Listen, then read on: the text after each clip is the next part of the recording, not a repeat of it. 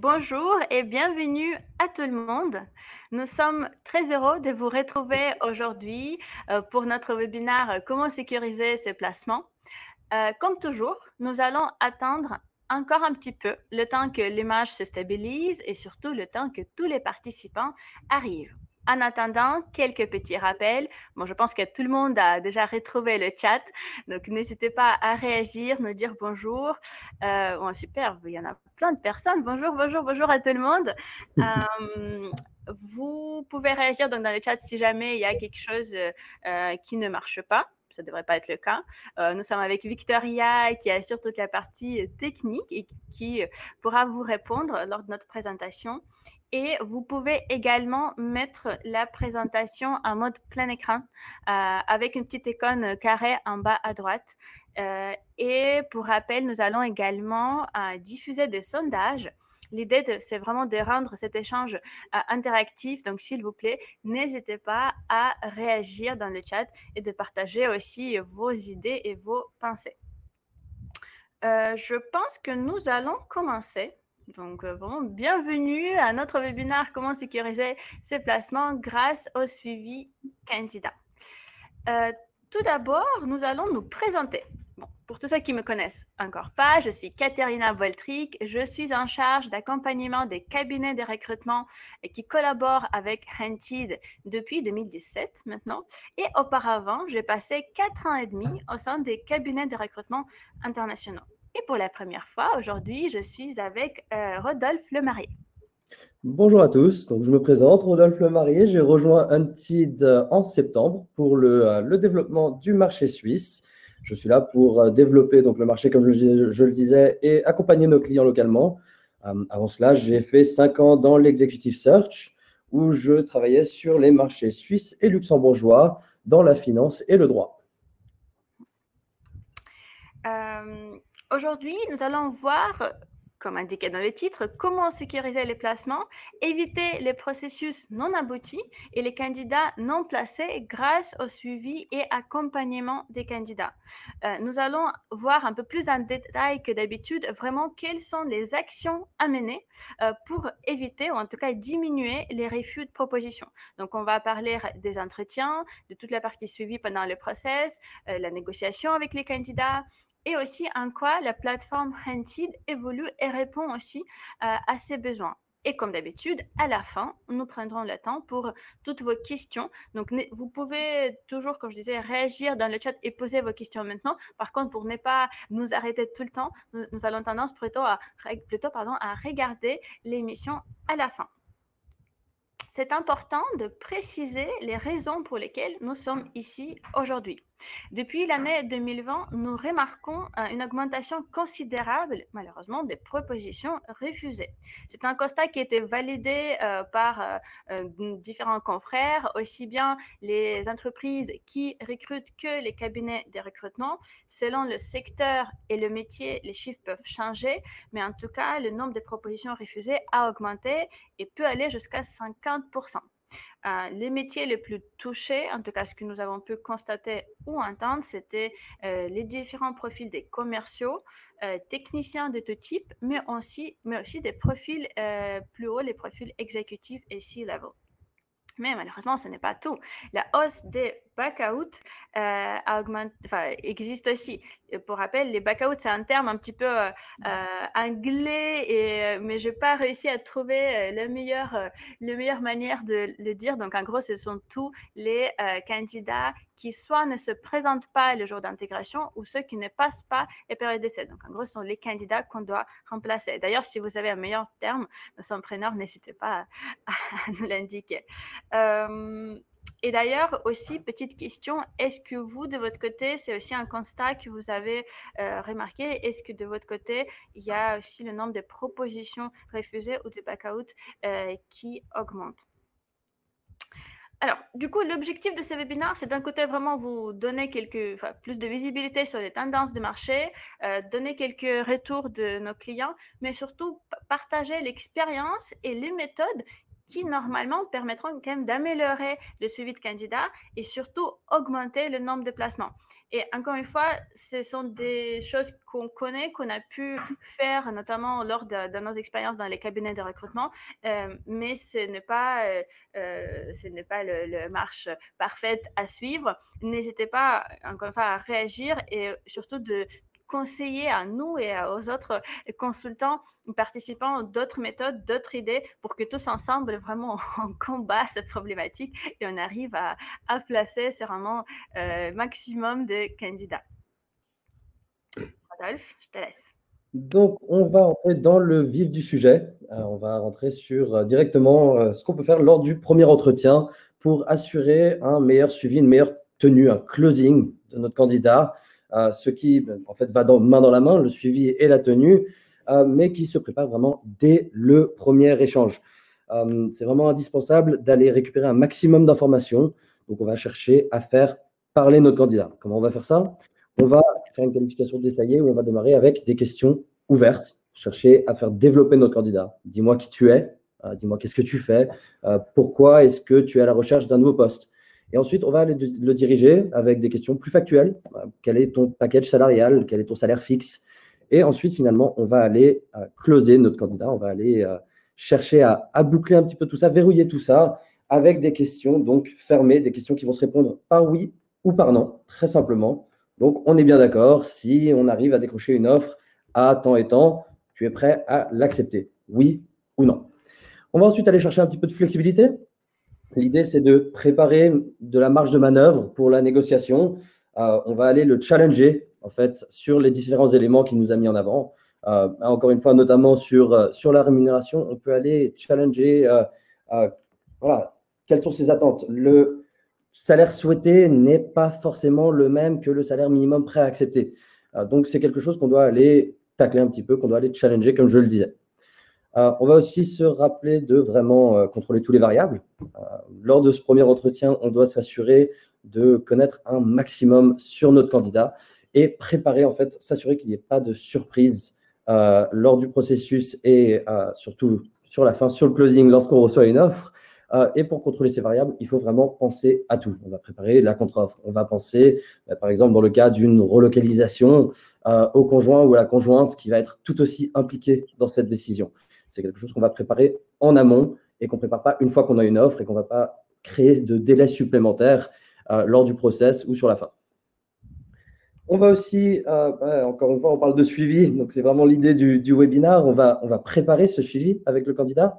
On va s'assurer que le candidat soit disponible, que le candidat comprenne que vous êtes vraiment un maillon fort, en fait, tout au long de ce processus, que vous êtes là pour l'aider, que vous avez un but commun.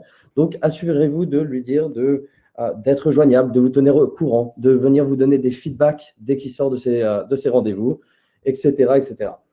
Et préparez la prise de référence en amont. Demandez à votre candidat de regrouper ses documents, ses diplômes, ses certificats de travail, des personnes de contact pour la prise de ref. Demandez-lui de préparer ça le plus tôt possible. N'oubliez pas que dans certains pays, notamment en Suisse, le certificat de travail sur tous les postes précédents est obligatoire et va être demandé dans la majorité des cas. Voilà. Je vais laisser Katia revenir un petit peu sur le point de la rémunération.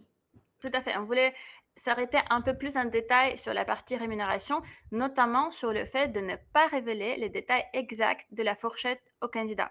Je m'explique. La fourchette indiquée, notamment sur la plateforme Hunted, souvent dépend du niveau de seniorité du candidat, de son expérience, du niveau d'études, etc. C'est-à-dire, on peut très bien avoir pour un poste de account manager une fourchette qui va varier entre 40 et 60 € ou francs suisses. En indiquant au candidat de premier entretien qu'il peut prétendre à la fourchette allant jusqu'à 60 €, bien entendu, comme toutes les personnes, il va se dire super, je vais avoir 60 €. Alors que avec son expérience, il peut se positionner plutôt à la fourchette basse, entre 45 et 50, imaginons. Et du coup, il avance vraiment dans son process et en s'attendant tout simplement d'avoir cette proposition à la fin de 60 €. Au moment des propositions, le candidat lui propose 45 ou 50. C'est la déception des deux côtés. Et en plus, avec en fonctionnant comme ça, ne laissons pas la possibilité au client à la fin de négocier. Et par exemple, de faire première offre avec 50, après peut-être remonter un petit peu. Le marche à suivre, c'est plutôt faire l'inverse. C'est vraiment valider les détails de la fourchette actuelle et des prétentions du candidat, le rassurer en disant qu'en effet, pour cette offre, il y a une possibilité d'augmentation, que la fourchette peut être satisfaisante et intéressante pour lui, sans forcément rentrer dans les détails. Rodolphe, tu voulais faire une remarque là-dessus? Oui, je pense qu'il y a une petite remarque à faire justement sur le minimum. Donc, comme je le disais, le minimum et le salaire souhaité ne va pas être le même. On va continuer à challenger pour créer cette marge de négociation. On a un exemple, si on a parlé avec un candidat et qu'il nous a transmis que son salaire souhaité va être dans les alentours de 100 000 francs, allez lui poser la question très concrètement. Pour 95 000 francs, est-ce que ça vaut la peine que je vous appelle? Est-ce que ça vaut la peine que je vous parle de la proposition? Pour pouvoir aller voir quel est le salaire minimum accepté. Il y a d'autres motifs, comme le dit Katia, il y a d'autres motifs que le salaire pour pousser à un changement, donc à prendre en compte. Voilà, c'est d'autres motifs, à savoir, ça peut être la localisation, ça peut être la possibilité d'évolution, ça peut être le télétravail aujourd'hui, le management qui est vraiment génial, ou une voiture, ça dépend des postes, ça dépend des conditions et des pays, mais vraiment, n'hésitez pas à insister aussi sur tout le package, tous les avantages, et parfois, c'est important de sensibiliser le candidat qui a l'impression peut-être, ou qui a l'habitude plutôt de se projeter uniquement sur la partie rémunération, mais aujourd'hui, on sait très bien qu'il y a tellement d'autres choses qui sont aussi très, très importantes. Par ailleurs, j'aimerais faire une petite parenthèse sur le compte rendu, même si ça ne rentre pas dans le suivi de manière directe. Toutefois, compte rendu, c'est vraiment votre outil principal pour mettre en avant et soutenir vos candidats. Le compte rendu bien fait vous permet de vous différencier aussi d'autres consultants et augmente les chances de votre candidat d'être choisi. Tout d'abord, il faut vraiment que le compte rendu complète le CV et ne le répète pas. Le compte rendu n'est pas obligé d'être un énorme dossier avec plein d'éléments qui vous prend beaucoup trop de temps. Vous pouvez très bien le faire sous la forme de bullet points, vraiment avec des points les plus importants. Par contre, qui complète vraiment le CV et qui vient explique tous les éléments qui ne sont pas indiqués sur le CV, aussi tous les éléments sur les soft skills qui ne ressortent pas sur le CV, mais aussi pour transmettre vraiment votre appréciation du candidat, comment sont passés vos échanges, qu'est-ce que vous en pensez, parce que c'est aussi votre rôle en tant que consultant en recrutement, en tant que conseiller, de ne pas juste présenter le candidat, mais donner tous ces éléments qui ne sont pas lisibles directement sur le CV.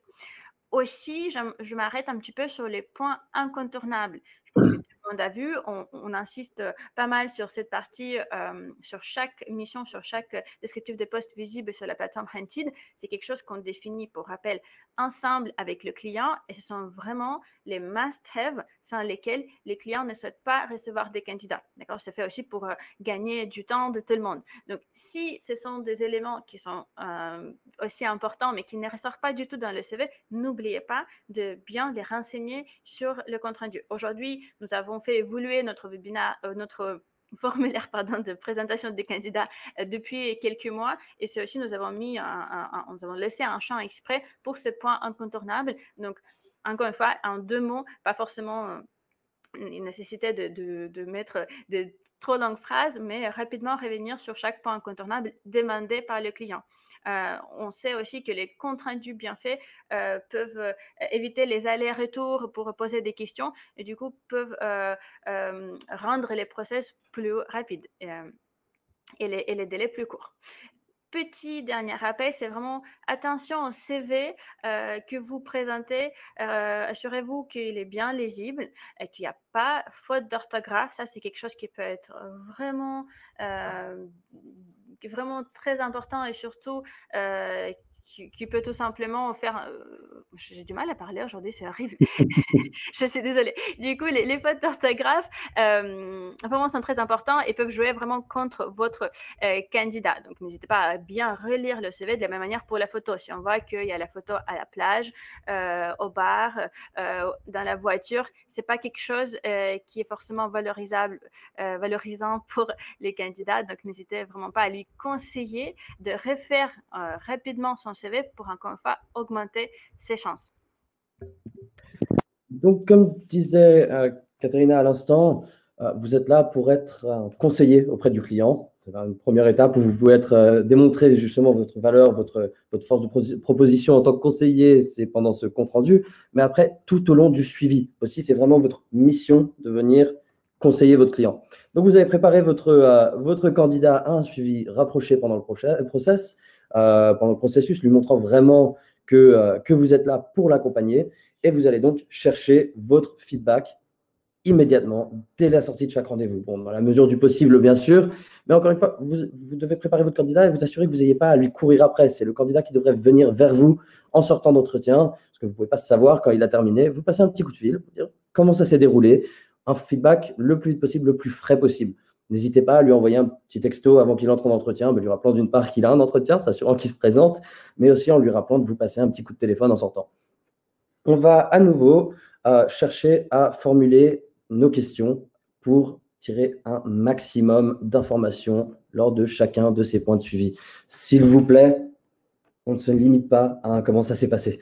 Allez vraiment faire parler votre candidat. De quoi est-ce que vous avez parlé pendant l'entretien? Quels sont les points de doute? Qu'est-ce qui pourrait faire aujourd'hui que vous refuseriez une offre de ce client? Question qu'on puisse aller préparer en amont et résoudre tous ces problèmes et que le jour où l'offre arrive, le candidat est prêt à accepter. Revalidez encore une fois tous les points clés. N'hésitez pas à vous répéter encore une fois, à faire répéter le candidat, à s'assurer que voilà, les discussions qu'il y a eu avec le client soient en ligne avec les points qui étaient avancés lors de la première qualification et que tout changement dans les attentes du candidat soit connu et qu'on puisse les mettre en avant et les discuter en amont.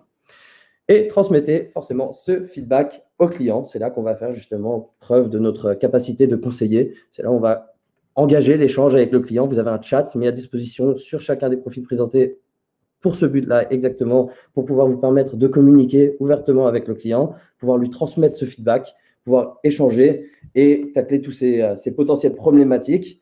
Le plus vous communiquez avec lui, le plus il communiquera avec vous. On en parlera après. Par rapport aussi à l'offre, le plus vous parlez avec le client lors du processus, le plus il y a de chances qu'il vienne vers vous pour demander votre aide lors de la proposition, pour vous demander d'aider à préparer le candidat à cette proposition. Les échanges réguliers vont vraiment vous aider à placer votre candidat. Et n'hésitez pas forcément, Katharina et toute l'équipe Untied, on est là aussi pour vous aider. Si vous avez besoin de quoi que ce soit, si vous avez besoin d'aide pour vous rapprocher d'un client, si vous avez des points un petit peu plus délicats peut-être à faire remonter, n'hésitez pas à faire appel à nous. On est là pour vous aider, on a tous un but commun. Donc l'idée, c'est vraiment qu'on travaille ensemble. On en vient ensuite à la prise de référence. Après des bons entretiens, notamment après un premier ou deuxième en entretien, le client va souvent attendre des références. Donc, encore une fois, ça c'est quelque chose qu'on aura idéalement préparé en amont, qu'on aura préparé dès le premier entretien. On aura demandé au candidat de commencer à réfléchir un petit peu à des personnes de contact. En général, on va viser 2-3 contacts, idéalement hiérarchiquement supérieurs, qui ont eu un contact direct avec le candidat, qui sont idéalement pas quelqu'un avec qui ils ont collaboré il y a 15 ans et qui se souvient à peine de lui, quelqu'un de le plus récent, le mieux. Et assurez-vous vraiment que le candidat soit prévenu et qu'il prévienne ses contacts qu'ils vont recevoir un appel, soit de votre part, soit de la part du client. Pour ça, vous pouvez encore vous rapprocher du client pour voir comment ils aimeraient procéder. Certains vont vouloir prendre ces références directement. Donc, n'hésitez pas à échanger avec eux, leur communiquer ces contacts et discuter avec eux et voir si vous le prenez à leur place, s'il y a des questions clés en fait qu'ils aimeraient faire remonter, auxquelles ils aimeraient avoir des réponses. Et ensuite, aussi, n'oubliez pas, structurez votre échange. Si vous le faites, si vous allez poser des questions, ne demandez pas simplement « est-ce que c'était un bon employé ?» Oui, merci. Il faut vraiment aller chercher les questions clés. Et je m'arrête juste une dernière fois sur le fait que voilà, on fait vraiment ça en accord avec le candidat. Pour des raisons légales, on ne peut pas aller prendre de référence à l'insu du candidat. Il faut le prévenir. C'est lui qui vous propose les personnes à contacter. On en arrive finalement à la proposition, à la négociation. Comme je le disais tout à l'heure, le plus vous avez échangé avec le client, le plus vous êtes présenté comme conseiller, le plus vous avez été présent tout au long du processus, le plus il y a de chances que le client vienne vers vous à ce moment-là. On est aussi en train de on a mis des outils en place, Katerina développera un petit peu plus, pour inciter aussi le client à faire appel à vous à ce niveau-là. Mais c'est aussi un travail qui se fait avec vous, où, encore une fois, le plus vous ouvrez la discussion, le plus ils sont en mesure ou plus ils seront enclins en fait à faire à vous à ce moment-là. On va préparer à nouveau l'offre, on va à nouveau répéter tous les points clés, on va à nouveau s'assurer que tous les points soient clarifiés avec le candidat, qu'il n'y ait aucun doute, en fait, que s'il y a quelconque doute, qu'on aille en fait préparer tous ces doutes et réparer quelconque. Moi aussi, j'arrive plus à parler aujourd'hui, apparemment. Qu'on aille en fait vraiment chercher à résoudre quelconque problème ou quelconque doute avec le client avant de présenter une offre. Et ensuite, le client fera appel à vous ou décidera de faire lui-même la proposition au candidat, mais vous connaîtrez déjà à peu près sa réponse avant même de l'avoir fait. Et une fois que l'offre est acceptée, assurez-vous de fixer une date de signature et assurez-vous que le candidat démissionne bien une fois que c'est signé. La partie n'est pas encore terminée, donc vraiment assurez-vous de suivre le tout. S'il est notamment, si le candidat a notamment une période de préavis, il faut qu'il démissionne dans les temps. Et ensuite, il y a toujours le suivi, donc post-intégration. Comme je disais, la partie n'est pas terminée. Le deal n'est jamais vraiment fait jusqu'à que vous soyez payé, en fait, très simplement. Donc, assurez-vous de faire un suivi rapproché avec votre candidat, que ce soit au moment de la signature, après la signature, comme je le disais, avec la démission, dès son entrée en fonction, et même s'il y a une longue période de préavis, allez aussi faire des petits rappels pendant l'attente et vous assurer que le candidat n'est pas à l'écoute d'autres offres sur le marché et qu'il est toujours très intéressé à rejoindre votre client à la fin de la première semaine, au bout d'un premier mois et à la fin de la période d'essai. Et vous pouvez toujours transmettre ces informations. Désolé, Katia, je t'ai coupé. Non, pas de problème. Je voulais juste faire une petite remarque là-dessus. Si on insiste tant sur la post-intégration, c'est vraiment pour suivi post-intégration, c'est vraiment pour répondre à ces problématiques que nous avons aujourd'hui. Rappelez-vous ce que je disais au début de webinaire, c'est les back-out, c'est les candidats qui soit ne se présentent tout simplement pas le premier jour, ou soit qui assez rapidement sont délaissés, sont plus motivés, quelque chose qui va pas. Souvent, dans les cas comme ça, assez facilement, pas toujours, mais souvent, on peut rattraper des petites problématiques de management, de peut-être onboarding qui n'était pas fait comme il fallait, quelque chose comme ça. Sauf que parfois, les candidats ne sont pas à l'aise à aller dire ça à son management, ils sont peut-être pas, ils se sentent pas bienvenus, etc. Alors que s'ils vous transmettent cette information et ensuite délicatement vous transmettez ça au client, ça augmente les chances que le candidat reste. De la même manière, après la signature de contrat, même avant son arrivée, surtout s'il y a un petit décalage entre un ou plusieurs mois, c'est possible aussi qu'il y ait quelqu'un d'autre qui vient le chasser entre-temps. C'est pour ça qu'on insiste sur cette nécessité vraiment de bien suivre, de prendre les nouvelles sans être trop lourde, mais lourd, c'est vraiment de un petit peu venir aux nouvelles. Et c'est pour ça aussi, c'est important d'installer vraiment cette relation de confiance avec le candidat de début, comme Rodolphe a expliqué, pour que puis, il y ait cette communication soit fluide et pas un petit peu maladroite. Autre chose, j'ai vu dans le chat, il y a pas mal de commentaires sur le fait que parfois les clients ne communiquent pas beaucoup avec les consultants, comment faire ce suivi. En effet, c'est pour ça, à chaque fois, on fait des petites remarques en disant soit au client, soit à l'équipe Hunted. Je pense que tout le monde est au courant que sur chaque mission sur la plateforme, vous allez avoir un account manager, quelqu'un au sein de Hunted, qui s'occupe de cette mission de ce client. En effet, les niveaux de communication des clients peuvent varier. Il y a certains qui sont très communicants, d'autres un petit peu moins. C'est dommage, mais parfois c'est compréhensible. Sur les clients comme GAN, comme Hervé Thermique, on peut avoir 40 postes sur la plateforme, 60 postes sur la plateforme. En plus, en cette période-là, on sait qu'il y a beaucoup d'autres priorités ou d'autres choses que les RH ont à gérer. Typiquement, s'il y a un confinement, des confinements, télétravail, des managers malades, je ne sais pas, les niveaux de sécurité, etc. Il ne faut vraiment pas oublier ça. Donc, nous, pour vous rassurer de notre côté, on fait toute la partie éducation, explication et on incite au maximum les clients de communiquer avec les consultants. Parfois, c'est encore pas le cas, mais c'est pour ça que vous avez quand même toujours un interlocuteur sur chaque mission. Vous savez à qui vous adressez. Et souvent, les account managers Hunted, donc ça peut être Rodolphe, Alessa, Roman pour les missions en Suisse. Ça peut être Anne, Mathieu, Léo, Nicolas et autres sur les postes en France. Ils ont la visibilité et la connaissance, dans la majorité des cas, des clients. Donc, même si le client ne nous a pas répondu, on sait un petit peu qu'est-ce qui se passe. Et c'est pour ça, toutes ces informations, si jamais vous n'avez pas un bon contact avec le client, c'est tout à fait possible. Vous pouvez, en effet, communiquer avec l'équipe Hunted. Et on est là pour vous aider là-dessus. Entre autres, aussi, ce webinaire, bon, on parle beaucoup de Hunted parce qu'on travaille chez Hunted, mais tout ça, c'est vrai aussi pour vos clients directs. Et c'est pour ça, si des choses qui ne sont pas forcément applicables sur votre fonctionnement avec Hunted, c'est toujours utile pour vos clients directs. Bon, c'était vraiment une petite parenthèse pour réagir parce que j'ai eu pas mal de messages passés dans le chat, mais notre webinaire n'est pas fini. On voulait aussi parler rapidement de la réponse de la plateforme, c'est-à-dire Hunted évolue vraiment tous les jours afin de mieux vous accompagner et répondre aux évolutions du marché aussi. Et là-dessus, n'hésitez vraiment pas à nous faire part de vos idées et vos propositions, ainsi que remonter certains axes d'amélioration. Quelque chose qui était mis en place il y a 3 ans, peut-être n'est plus très pertinent pour aujourd'hui. Bon, on évolue vraiment beaucoup et surtout depuis mois de septembre, nous avons Baptiste qui nous a rejoint, notre product owner, qui est aussi là pour vous expliquer certains choix si jamais il y a quelque chose qui vous ne comprenez pas, pardon. Ou tout simplement pour nous remonter des idées. Vous pouvez le faire auprès de l'équipe community, donc Pierre, Ottilie et moi-même, mais aussi, si nécessaire, si vous avez ce besoin d'échanger, sachez que vous pouvez avoir un autre interlocuteur, donc c'est Baptiste.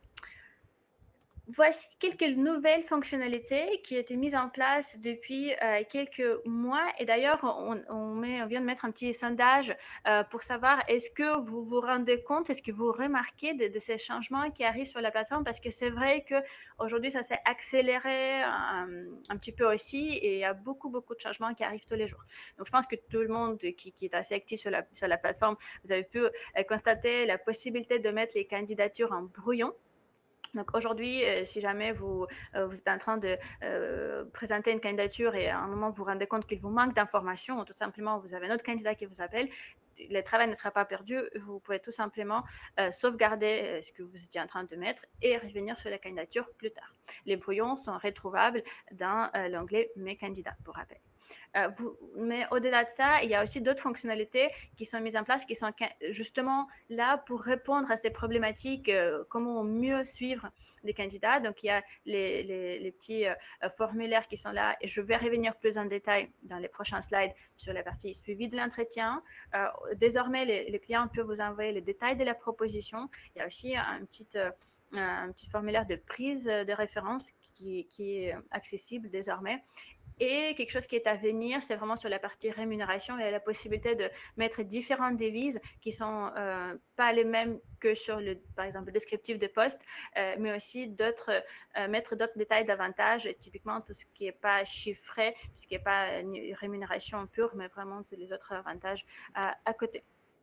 Pour rappel également, nous avons aujourd'hui plusieurs documents disponibles pour vous aider également. Aussi bien des exemples de comptes rendus, les trames d'entretien, donc des questions à poser pour un entretien pré-qualification, qualification, sur les recherches booléennes, sur page professionnelle, votre présentation sur la plateforme, etc., etc.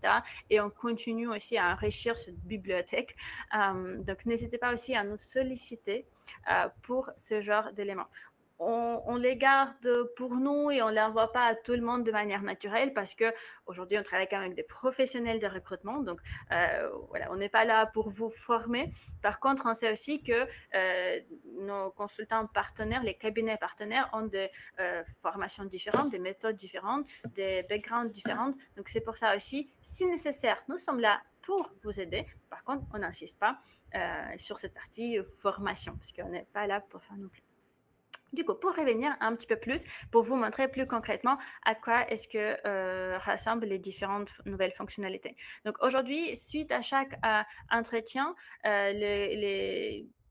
effectué par le candidat avec le client, le consultant va recevoir des rappels par mail avec des rappels avec des mails qui disent de faire un petit point avec le candidat et du coup ce formulaire aide à faire un feedback, un petit retour rapide, structuré, facile aux entreprises. Donc, ça permet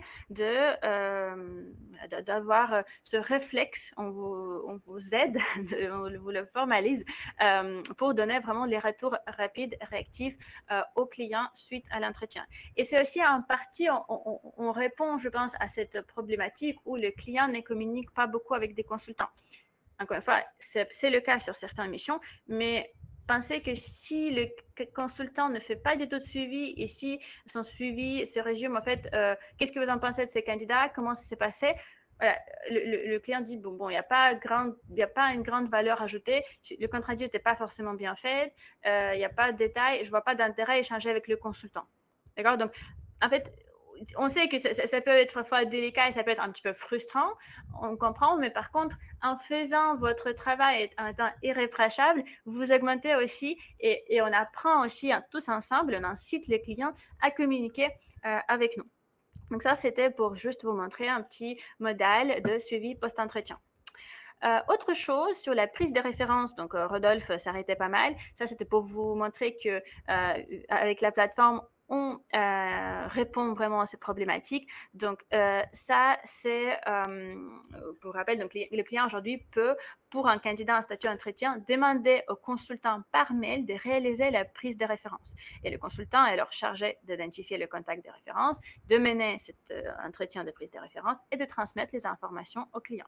Et aujourd'hui, c'est possible via ce modèle à la plateforme. Toutes les informations se retrouvent ensuite dans la messagerie pour être transférées au client. Le consultant peut être mis directement en contribution pour cette étape et le client obtient tous les détails plus rapidement et encore une fois de manière plus standardisée, plus uniformisée, et ce qui permet aussi de un petit peu égaliser des méthodes de différents consultants qui utilisent la plateforme. Et dernier élément sur lequel je voulais m'arrêter, c'est le détail de la proposition. Notre objectif, c'était vraiment aider le consultant à mieux accompagner le candidat et le client, toujours de sorte à augmenter les chances qu'une proposition soit acceptée. C'est notre but principal aujourd'hui, mais surtout pour inclure davantage dans cette étape les consultants et surtout afin qu'ils puissent prendre connaissance des détails de la proposition et indiquer si elle correspond aux attentes du candidat. Donc, faire ce que Rodolphe a expliqué en détail auparavant. Donc, ici, c'est plutôt, pour vous donner une idée, c'est l'imprimé d'écran côté entreprise. Donc, ils ont ce petit modèle pour vous transmettre les détails des propositions donc, et vous tenir au courant pour que vous puissiez aussi intervenir et valider en amont avec le candidat si cette proposition l'intéresse, si tout est OK, et pouvoir rapidement revenir vers le client pour réajuster la proposition si jamais il y a quelque chose qui n'était pas au niveau des attentes de candidats. C'est quelque chose qui a été mis en place il y a quelques semaines, donc c'est assez récent, mais nous avons déjà vu des clients l'utiliser. Donc, pour l'instant, comme toujours, pas tous, mais ça commence à apprendre et je pense que bientôt de plus en plus de clients vont l'utiliser. Donc, pour vraiment tenir au courant le consultant et pas juste dire la proposition est faite ou je vais faire la proposition là. Comme ça, vous allez vraiment avoir les détails. C'était tout sur la partie suivi des candidats et comment est-ce que la plateforme répond. On va maintenant ouvrir le chat et juste avant, petite dernière communication sur les événements à venir. Alors, il y a un atelier qui va parler des recrutements des profils commerciaux qui sera animé par Léo Marty le 8 avril 2021. Bien sûr. C'est vraiment au-delà de la plateforme, au-delà de Hunted, c'est comment être pertinent et quelle est la différence et sur quoi insister quand vous recrutez des profils commerciaux. Et on a également un webinaire de clients IGAM Expertise Comptable qui aura lieu le 24 mars, qui sera animé par Mathieu et Antoine, il me semble, mais surtout, il y aura le client qui sera présent également. Donc, IGAM, expertise comptable, pour rappel, on a pas mal de, je crois, une trentaine de postes actuellement actifs sur la plateforme. Donc, n'hésitez pas aussi à jeter un coup d'œil auparavant. Et ensuite, vous allez, comme toujours, recevoir des invitations pour ce webinaire. Merci beaucoup pour votre attention. J'ai peur et je ouvre le chat. Du coup, bon, c'est super, vraiment, aujourd'hui, il y a plein d'échanges entre les consultants. Donc, merci beaucoup d'être vraiment actif, interactif, et c'est très agréable. Peut-être, oui. Parce que j'essaie de me retrouver dans mes différentes questions. Je vois qu'il y a pas mal de retours sur cette partie communication avec le client. Je sais que c'est un pain point principal qu'on peut avoir. Je pense que j'ai en partie déjà répondu, mais si c'est vraiment le cas par cas, si vous avez des difficultés sur un process concret, bon, l'objectif c'est de ne pas en parler maintenant, mais par contre revenir peut-être vers moi plus tard pour qu'on puisse voir si de notre côté, soit on a plus d'informations, soit on relance un peu plus en puissance les clients là-dessus. Du coup, merci Victoria pour les questions. Les questions sur les conjoints et les enfants. Je pense que Jean-Guilain a répondu en partie là-dessus. J'allais dire justement, je vois une question par rapport à la possibilité de poser la question par rapport à la situation familiale, au côté un petit peu juridique d'aller chercher ces informations. Notamment quand on parlait de relocalisation, les candidats qui vont chercher la petite bête sur pourquoi sa candidature n'a pas été prise en compte. Je pense que la question n'est pas tant d'aller chercher quelle est la situation familiale, plutôt que leur dire d'aller préparer ça en amont.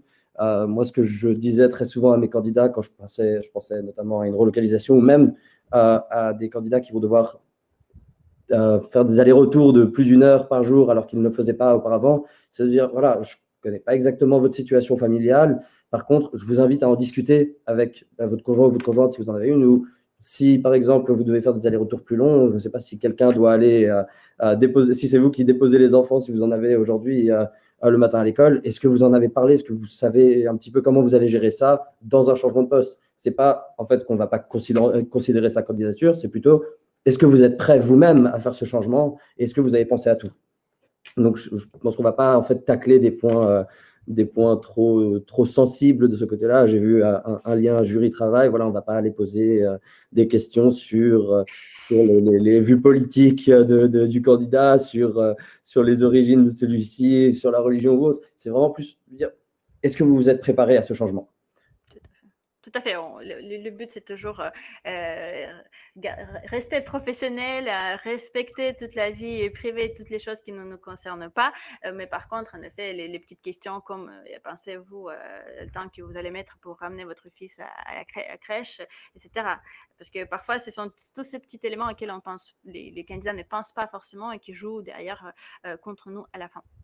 Pour revenir à J'allais dire encore une fois, avec les questions ouvertes, c'est très souvent des questions que vous n'aurez pas besoin de poser, parce que le plus vous faites parler votre candidat, le plus il vous le dira naturellement. Il dira, ah oui, mais par contre, aujourd'hui, je dépose mon fils à l'école tous les matins. Et en fait, vous le saurez déjà. C'est quelque chose sur lequel vous pourrez rebondir. Tout à fait. Tout à fait. On peut revenir un petit peu sur la partie rémunération. Il y a une question, était vraiment juste de récupérer le salaire du candidat et ses prétentions sans pour autant lui fournir des informations.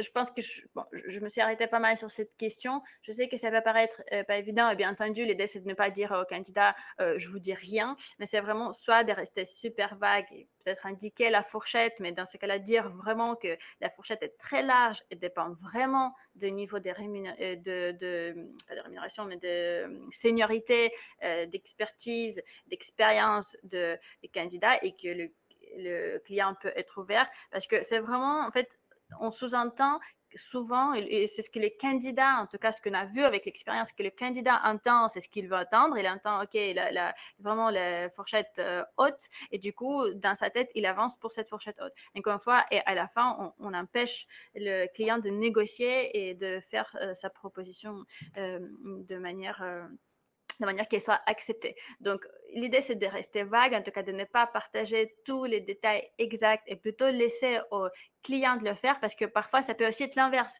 C'est-à-dire que le client, il sait convaincre. On a eu ça avec GAN où, par exemple, c'était la rémunération fixe était très basse.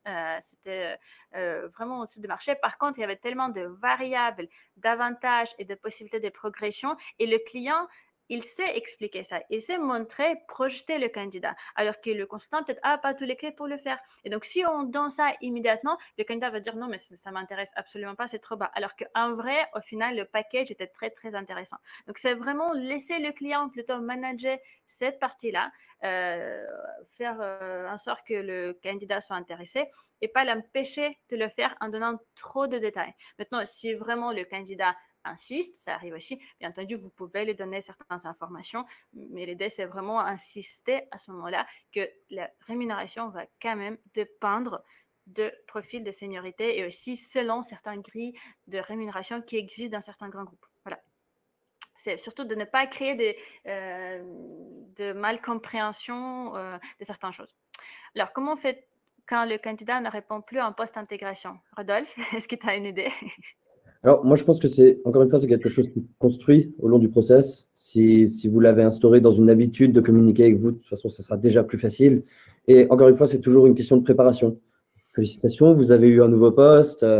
Alors, est-ce que vous avez hâte de commencer? Bon, je me permettrai de vous passer un petit coup de téléphone ou de vous envoyer un petit SMS juste pour voir comment ça se passe au long du process, enfin, au long de votre intégration dans la compagnie pour m'assurer que tout va bien.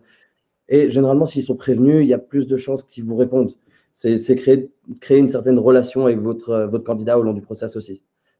Moi, c'est en tout cas la réponse que j'aurais à ce besoin. Généralement, je n'ai jamais eu trop de soucis à ce niveau-là. Je pense que c'est toujours une question de préparation en amont. Après, si le candidat décide de ne plus répondre, concrètement, je ne pense pas qu'on a des conseils à donner là-dessus. Ouais. Si c'est mort, parfois, c'est mort. Malheureusement, on n'a pas de recette magique non plus. Mais en effet, normalement, avec l'accompagnement au préalable, ça ne devrait pas arriver. Sur la partie communiquer avec le client n'est pas aisé, à mon avis, pour les recruteurs Indeed. Je ne suis pas sûre de bien comprendre la question, Marianne. Je crois que ça vient de vous.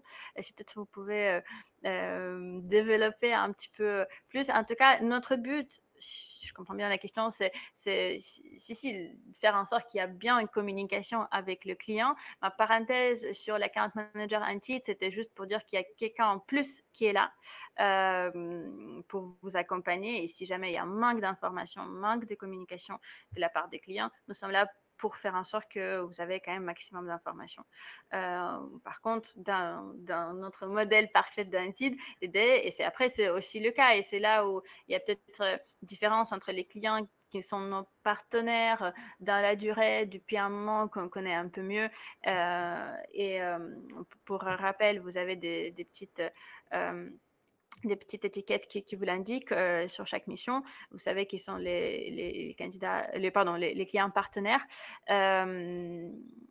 avec ces petites étiquettes certifiées, pour rappel. Donc, ça ne change rien dans le fonctionnement, mais vous sachez que ce sont nos vraiment partenaires, comme par exemple Leroy Merlin, comme l'Oxam, comme Bergera Monoyer ou autres. Là, ce sont des clients qu'on connaît mieux et c'est vrai qu'ils ont tendance à mieux communiquer. Quand ce sont les clients qui testent un petit peu la plateforme, qui sont ici pour peut-être 2 recrutements, qui n'ont pas encore eu l'occasion de voir